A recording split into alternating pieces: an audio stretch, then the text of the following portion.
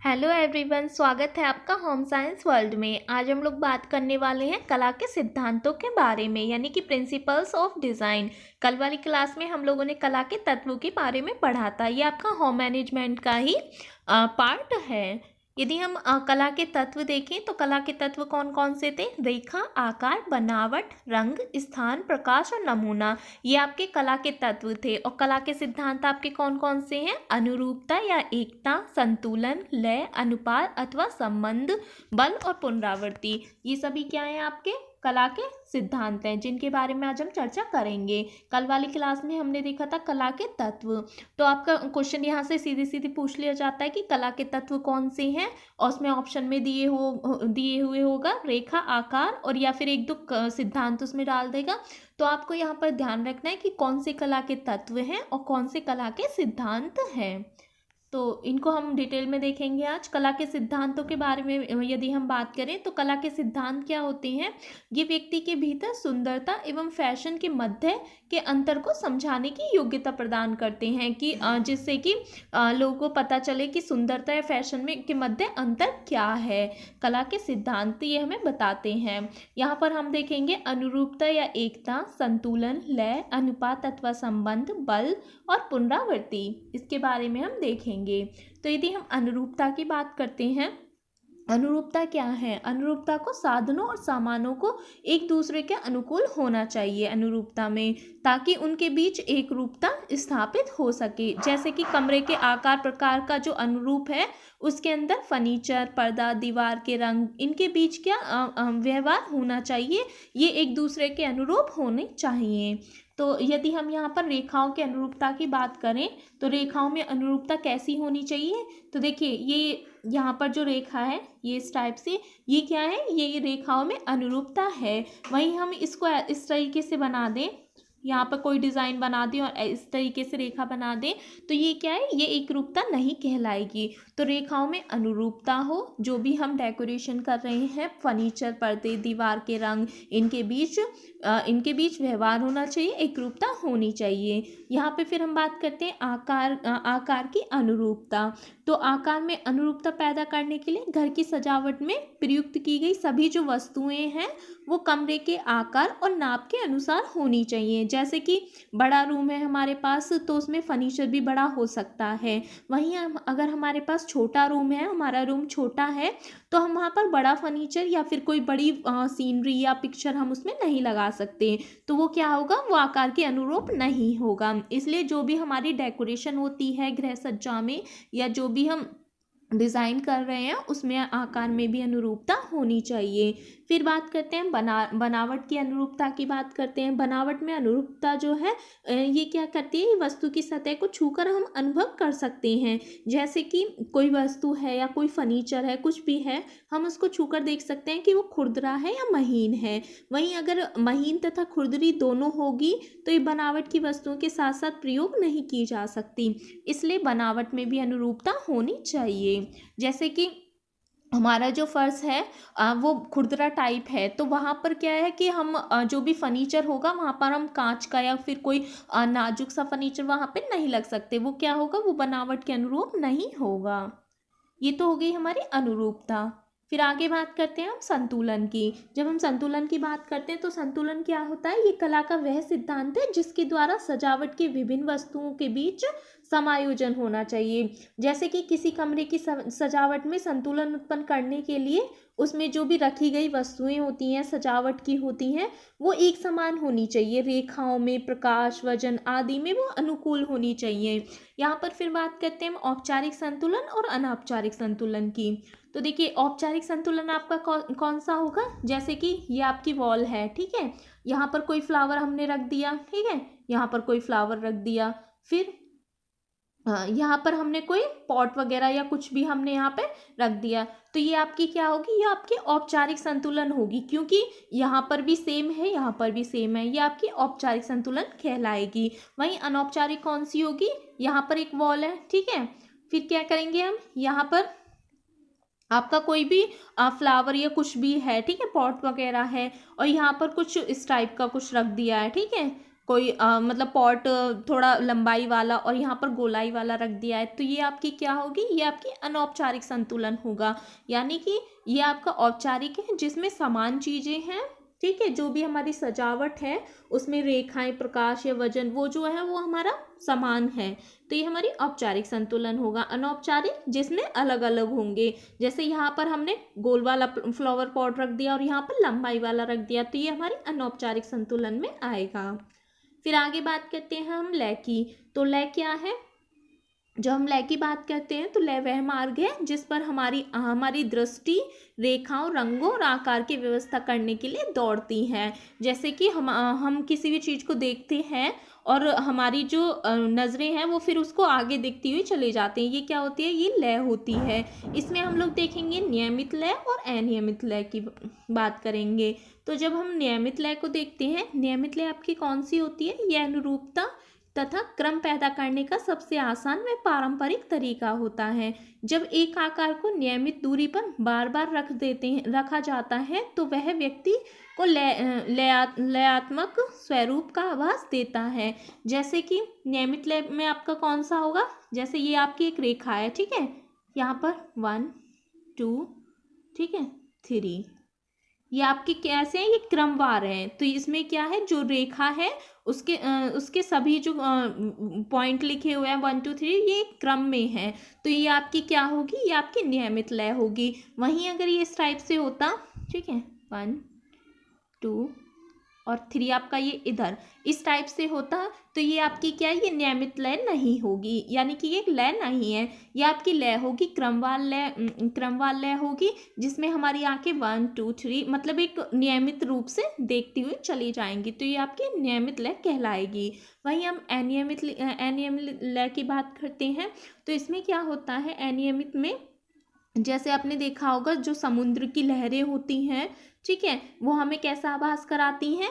देखिए जैसे कि ये आपकी समुद्र की लहरें हैं, तो ये क्या है, ये गति कर रही है, हमारी आंखें पहले ऊपर जा रही हैं फिर नीचे, ऊपर नीचे, ये क्या करा रही हैं, ये अनियमित लय का आभास हमें करा रही हैं, ये आपकी अनियमित लय कहलाएगी। जो भी असमान चीज़ों को हम एक अनियमित दूरी पर रख देते हैं, ये इस टाइप से पाई जाती है, तो वो क्या कहलाती है, हमारी अनियमित लय कहलाती है। फिर आगे बात करते हैं लय प्राप्त करने के तरीके या लय प्राप्त करने की विधियां कौन सी हैं। यदि हम लय प्राप्त करने के तरीके की बात करें तो इसमें आपके कौन कौन से आएंगे, दोहराव, क्रम स्थापन, प्रतिकूलता, विकर्ण और परिवर्तन।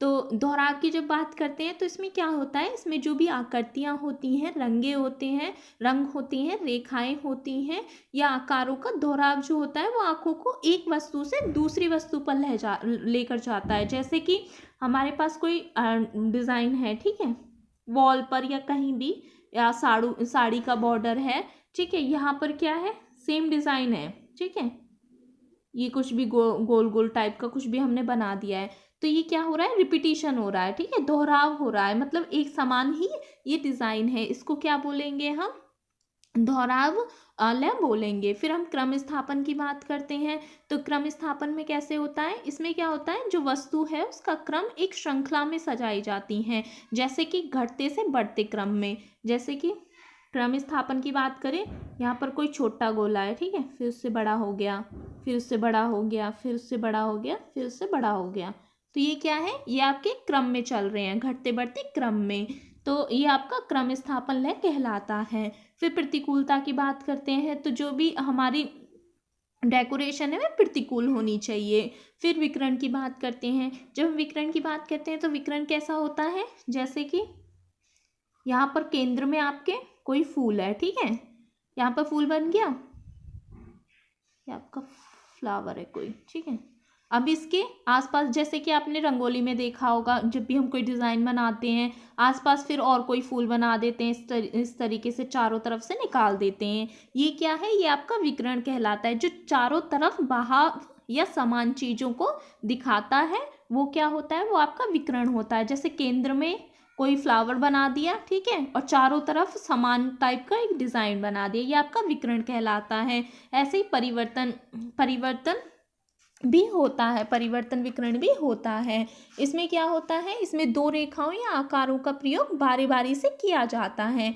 ये आपका परिवर्तन लय कहलाता है। तो ये तो हो गई लय प्राप्त करने के तरीके या विधियां। फिर आगे देखते हैं अनुपात अथवा संबंध। जब हम अनुपात या संबंध की बात करते हैं तो इसमें क्या आता है, अनुपात और संबंध में संबंधों का नियम भी इसे कहते हैं। जब भी नाप या आकृति या प्रकाश बनावट नमूने इनमें संबंध होता है, जो भी हम डेकोरेशन में आकृति ले रहे हैं या रंग ले रहे हैं, प्रकाश या बनावट या जो भी हम मोटिव्स ले रहे हैं, उनमें एक संबंध होता है। ये क्या कहलाता है, हमारा अनुपात का संबंध। जैसे कि रेखाओं में संबंध बराबर, जैसे कि हमने यहाँ पे एक डिजाइन बना दिया, ठीक है, ये हमने डिजाइन बना दिया, तो ये क्या है, रेखाओं में संबंध है, अनुपात में है ये हमारी चीजें। वहीं हमने एक और डिजाइन बनाया, ये हमने बीच में से पार्टीशन किया, ठीक है, इधर इस टाइप से डिजाइन बना दिया और इधर एक ही हमने रेखा खींची। तो ये हमारा क्या कहलाएगा, ये हमारा अनुपात में नहीं है। तो अनुपात में होना चाहिए जो भी हमारी डेकोरेशन है, अनुपात दूरी में होना चाहिए, माप में होना चाहिए, लंबाई में होना चाहिए, चौड़ाई में होना चाहिए। देखिए इस टाइप से अब हमने कोई डिज़ाइन बना रहे हैं तो ये बराबर है, ठीक है, तो ये हमारा क्या है, ये अनुपात है। वहीं हम चौड़ाई की बात करें तो चौड़ाई में भी इस टाइप से अनुपात होना चाहिए। तो ये हमारा अनुपात का कहलाता है। फिर आगे बात करते हैं हम बल की। जब भी किसी वस्तु पर बल दिया जाता है तो बल किस तरीके से, जैसे कि हम कोई, हाँ, हमारे यहाँ पर कोई फंक्शन है, ठीक है, और हमको एक अलमीरा है या फिर कोई एक मेज है, उस पर हमने क्या कर दिया, एक फ्लावर पॉट रख दिया, ठीक है, जो भी कोई एक फ्लावर पॉट है वो हमने रख दिया। अब क्या है, इस फ्लावर पॉट को हमने बहुत अच्छी तरीके से इसको सजाया, डेकोरेट किया और बहुत ही कॉस्टली है, तो हम क्या करेंगे, इस पर ज़्यादा से ज़्यादा बल देंगे, इसको अच्छे से सजाएंगे और इसको ऐसे स्थान पर रखेंगे जहाँ पर लोगों को ये नज़र आए। इस फ्लावर पॉट को हमने कर दिया, ठीक है, वहीं पर छोटे छोटे और फ्लावर पॉट हैं ये, तो इनको हम उतना महत्व नहीं देंगे, उनको इतने अच्छे से नहीं सजाएंगे क्योंकि हमें बल यहाँ पर देना है। तो बल से क्या अभिप्राय है, एक रुचिकर बिंदु पर अधिक बल देते हैं और जो बाकी की वस्तुएं होती हैं उन पर कम बल दिया जाता है। जैसे कि हमें ये दिखाना है, लोगों को एक फ्लावर पॉट दिखाना है तो हमने इस पर अधिक बल दिया, इसको ज़्यादा डेकोरेट किया, इसे अच्छे से दिखाने के लिए जो भी हमें करना था हमने किया, ठीक है, और बाकी की जो फ्लावर पॉट है उनको हमने इतने अच्छे से महत्व नहीं दिया, उनको हमने कम सजाया। तो ये क्या कहलाएगा, ये हमारा बल कहलाएगा।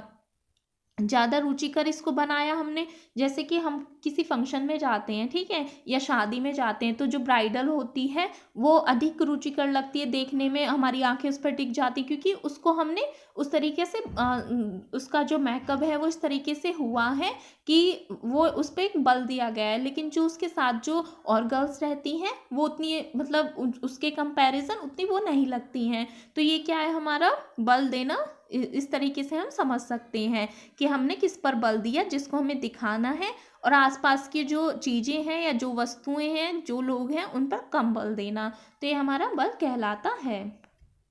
फिर है पुनरावृत्ति। पुनरावृत्ति की जब हम बात करते हैं, और यहाँ पर बल को हम ऐसे भी देखते हैं, इसमें काफ़ी सारी चीज़ें, मतलब कुछ कारक दिए गए हैं, जैसे कि बल किस बिंदु पर देना है, कितना बल देना है, कहाँ देना है और कैसे देना है, ये बल के कुछ कारक होते हैं।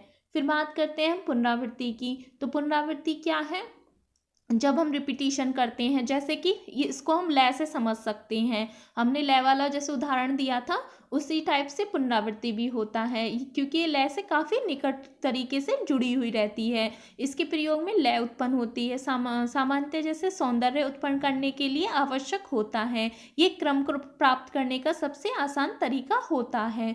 जैसे कि हमने कोई भी रिपीटिशन करते हैं हम किसी भी डिज़ाइन का,